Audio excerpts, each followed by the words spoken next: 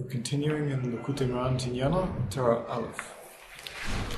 V'zeh bechinas v'avadatem es Hashem Elokeichem u'verich islachmecha v'esmimecha v'sirusi machal mikibecha. You should serve Hashem, and He will bless your bread and your water, and He will take away all sickness from around you, from your midst. V'avadatem es Hashem Elokeichem zu tefillah. Serving Hashem is referring to tefillah. And then, when you get to a madriga of tefillah, as we said before, then Hashem will bless your bread and your water, and you'll be able to get refuah through bread and water, as we mentioned before. That when the tefillah is niftes through, when a person brings down the shefa of nevuah, then even though nevuah doesn't come into the world, though tefillah does come into the world, tefillah is redeemed. And when tefillah is redeemed, it means that tefillah has that a person's words are like Dvar Hashem, and a person goes with the words of Dvar Hashem, he goes back up to the root of the source of all the powers of all the healing herbs and all the medicines, which all the powers of the medicines come from the word of Hashem. And from that, he's able to draw directly. Instead of going to eat herbs to heal himself, or medicines to heal himself, he's able to go directly to the source of the power of the medicines, which is the Dvar Hashem, through tefillah. And through that, he's able to draw the powers into the powers of healing into his bread and into his water. And he doesn't need any medicine. So when you have V'avadatem es Hashem Elokeichem, when you have tefillah in perfection, then Hashem will bless your bread and your water, and a person will be able to eat and get refuah just through bread and water. Then a person will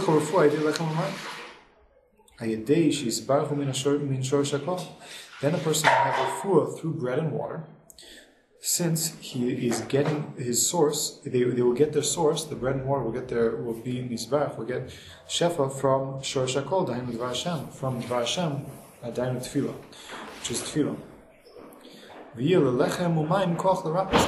And then, as we explained, the bread and water will have the power to heal, just as the asavim, because we said the source of the power of the asavim, of the grasses, of the herbs, will actually go into his bread and his water.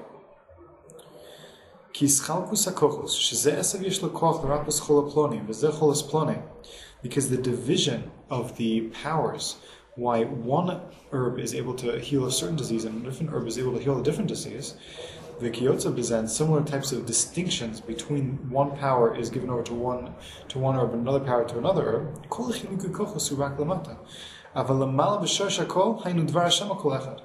This division only takes place down here in this world. But all the way up at its source, which is Dvar Hashem, then everything's one. All the powers are in one and have not been divided yet. Powers of refuah or possibly other powers. For Dvar Hashem, it doesn't make a difference if it's bread and water that's going to heal a person, or if it's the asavim. When a person holds on to that madriga, the madriga of tefillah, of Dvar Hashem, he's able to draw the power of healing into his bread and water, and to heal himself through bread and water. And he'll have refuah through simply bread and water.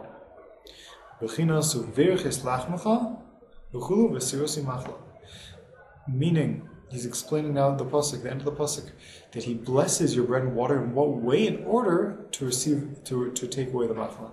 So this pasuk fits perfectly into the teaching that he's saying. He's saying that when a person serves Hashem, meaning avodas Hashem, tefillah, serving Hashem, and going up to Dvar Hashem, which is tefillah, he's able to attach himself to the root of all the power, all the powers of healing in this world, and he's able to draw those into anything, and then Hashem will bless his bread and water by drawing the powers of healing into the bread and water, and then he'll be healed. Mamish, exactly word for word what the pasuk is saying.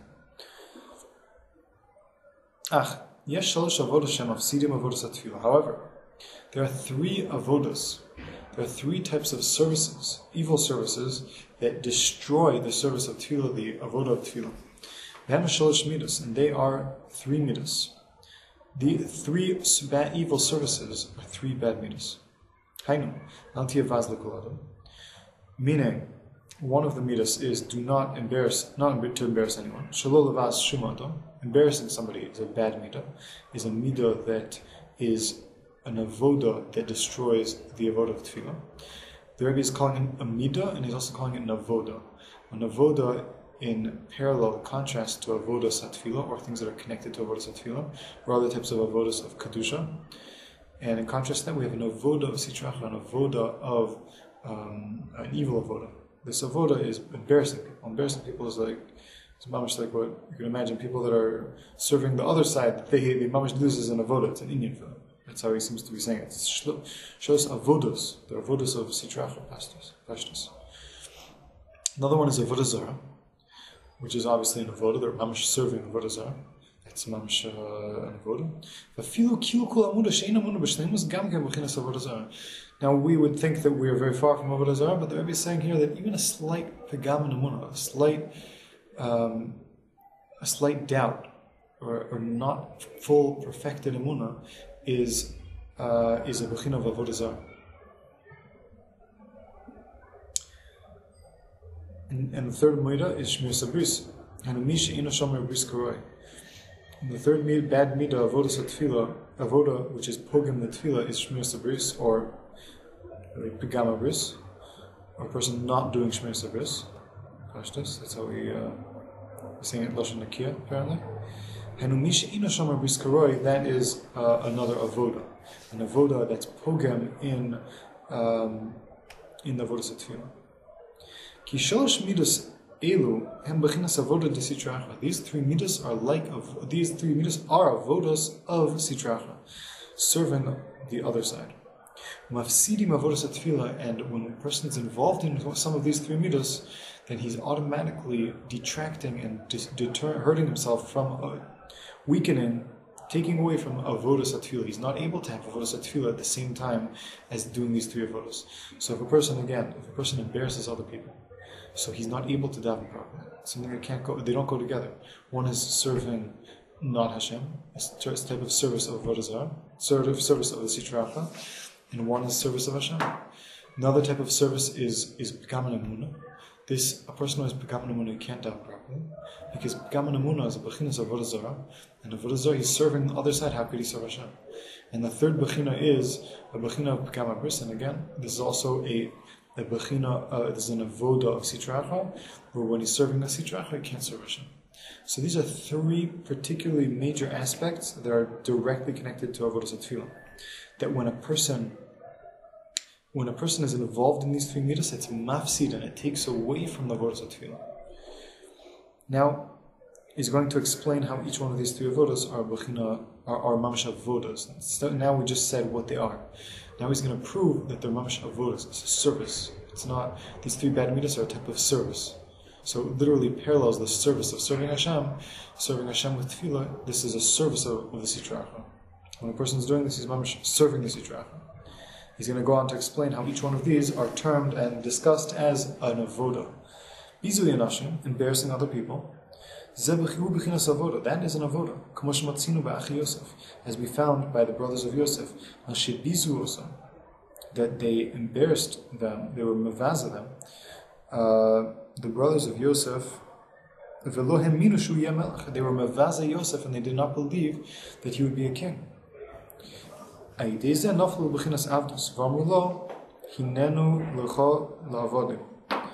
because they were mevaza him, they fell down to avdus, which is an avoda, comes from the Indian of avoda. What is an eved? Eved is somebody who has to serve someone else. So here he's saying that he's connecting the Indian of avdus here to the Indian of avoda of sitracha. Now, when a person does an avoda of Hashem, when a person serves Hashem, so we say he's like, I'm not saying this mamash from what the Rebbe is saying here, but I'm just comparing. I'm saying the other side. He's mamash like a prince. He's not what we really call a slave, or a lowly type of slave. Here, the Rebbe is calling it an avoda as a bechina of eved. Truth is, you could say that also. I mean, we know that avdus being an eved for Hashem is a great thing. There are two types of eved. The avdus and avoda go together. When a person does avdus, when a person is serving his master, that is a bachin of eved. So a person could be eved to Hashem, or a person could be eved to Sitra Achra. But obviously there are differences between mamash a slave and we want to be. We don't ever say so much that we want to be a slave of Hashem. It's not really such a musik. We want to serve Hashem as a slave, like as what a slave would do. But we don't. It's not. We are Hashem's avodim. We are Hashem's servants. But it's you could say maybe it's a difference between a slave and a servant. Maybe something like that. But clearly here he's saying that when a person, that this inyan of avdus is an inyan of avoda of Sitra Achra, and we see it's an avoda of Sitra Achra because they actually, their punishment for making fun of Yosef was that they themselves became slaves, which is avdus. Again, the main connection is the words. The simple connection is the words avdus and avoda. That avdus is an avoda. Now avodah zarah. So they said to Yosef, we are now to you as slaves.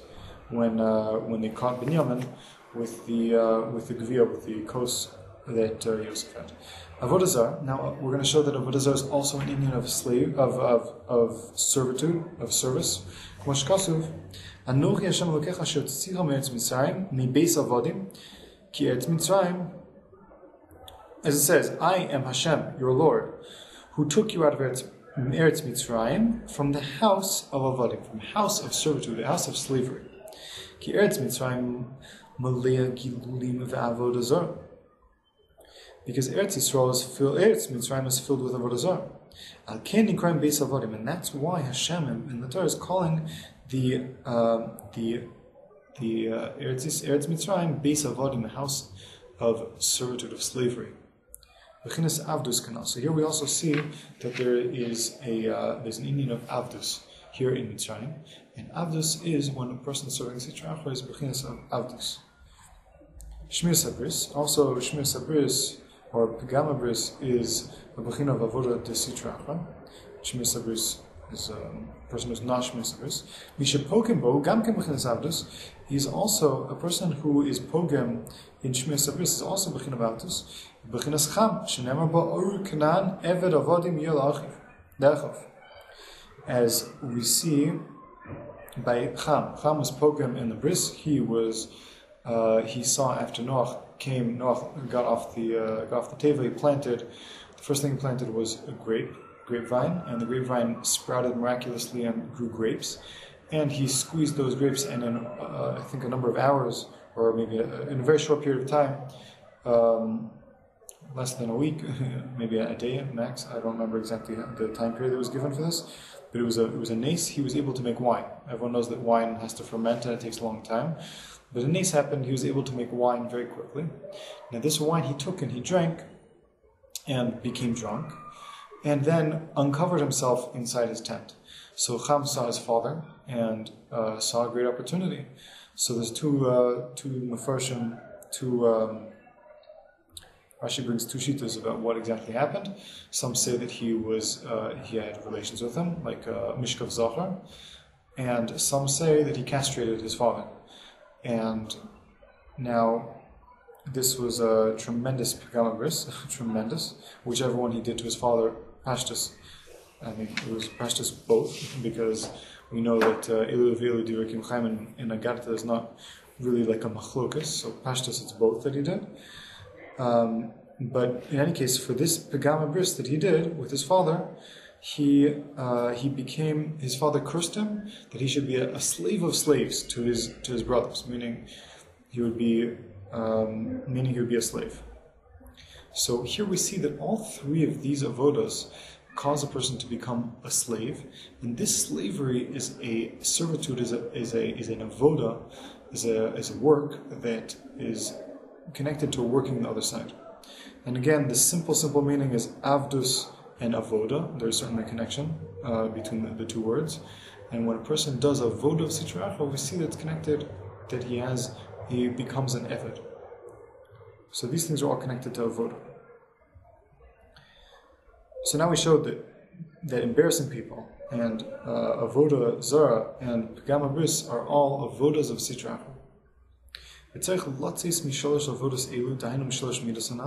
And a person has to go out of these three avodas, to leave these three avodas, meaning to leave these three midas. He's calling it here now midas.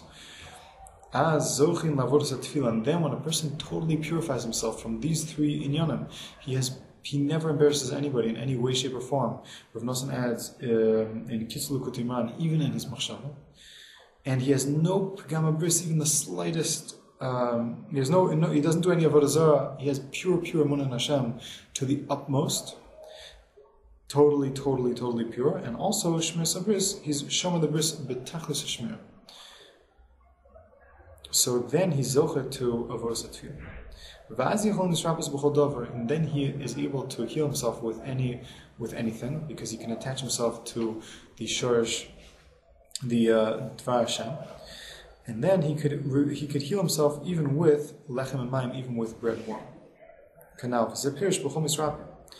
the Rebbe is going to show another unbelievable, amazing thing, how this whole drasha that he's speaking about here fits perfectly into a Gemara in Pesachim, Mishnah in Pesachim. The Mishnah in Pesachim says basically, a person can heal himself with anything, meaning with any type of food or avera, even if he needs to heal himself with a certain avera. Like for example, if a person has to eat a non-kosher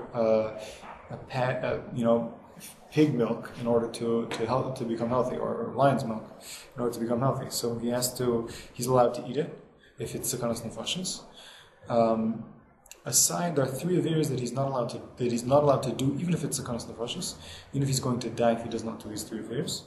And that is, the Gemara says, the Mishnah says very clearly, if it's avodah zarah, he's not allowed to bow down to an idol, even if through bowing down to the idol he will be healed through some spiritual power, or someone will heal him, or someone won't kill him, or other things like that. He's not allowed to save his life by bowing down to an avodah zarah.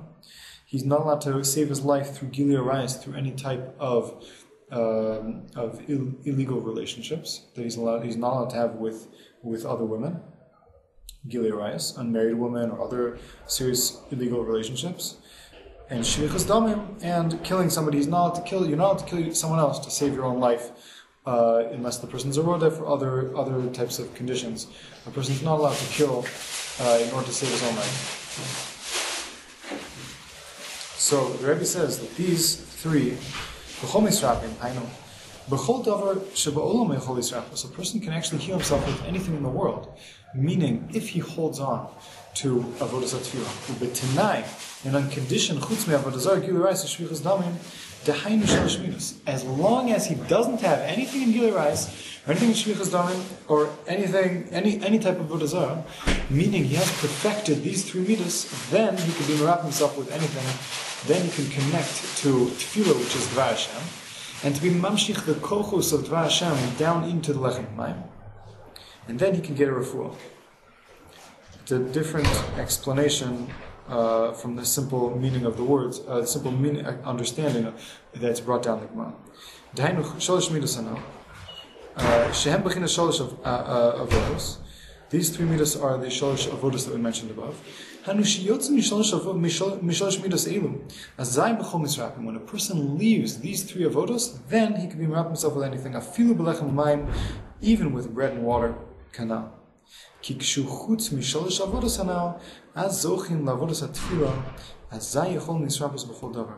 when a person is outside of these three midas, a person meaning has perfected these three midas and does not do any avodah zarah or embarrasses anyone or has any type of pagam bris, then he can attach himself to tefillah, to Dvar Hashem, and then he can be merap himself b'chol misrapim with everything.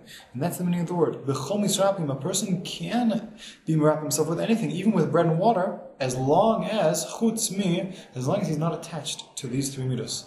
Chutz mi, avodah zarah, gilui arayos, and shvichas damim, which are the three bad midas, that a person, if he attaches himself to these three midas in any way, then it'll hurt his tefillah, and he will not be able to come to Dvar Hashem, to be able to draw the power of refuah into everything, into even bread and water.